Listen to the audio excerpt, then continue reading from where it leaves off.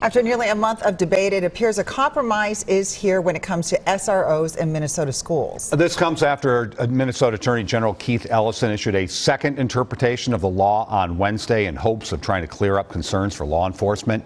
In a statement sent just 90 minutes ago, the Minnesota Chief of Police Association says they feel they have clarity. The group says it also met yesterday with Governor Tim Walz, Majority Leader Kerry Dietzick, and House Speaker Melissa Hortman. All three agreed to address the issue during the next legislative session. As Adam Duxter reports, this is welcome news for some, but other departments say an interpretation alone is not enough to bring them back to the building. After weeks of hypotheticals over Minnesota's school use of force law, clarity. The Attorney General made this interpretation. And that's super helpful. Ellison says the new law doesn't stop police from using force as long as the force is reasonable. Brooklyn Park Police Inspector Elliot Faust says he's worried County Attorney Mary Moriarty could interpret things differently. The Attorney General is not in charge of prosecution in Hennepin County. The Hennepin County Attorney's Office is in charge of prosecution.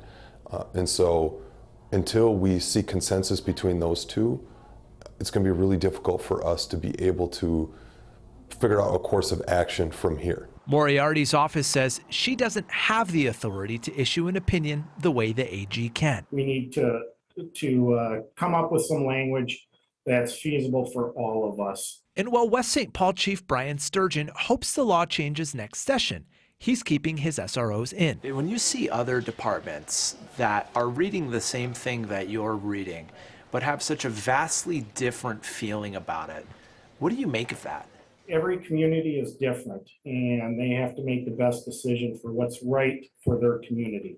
And for our community and for our students and staff, I was pretty adamant about keeping our SROs in the schools. Faust says he doesn't see Brooklyn Park SROs back until the law is changed or until a lawsuit ends up in court for a judge to decide. And there is no case law on this. I mean, and nobody wants to make case law. That type of risk is not worth what we get compensated for, plain and simple. Adam Duxter, WCCO News. Other departments like Eagan Police say it's too early to say if they will put officers back in schools.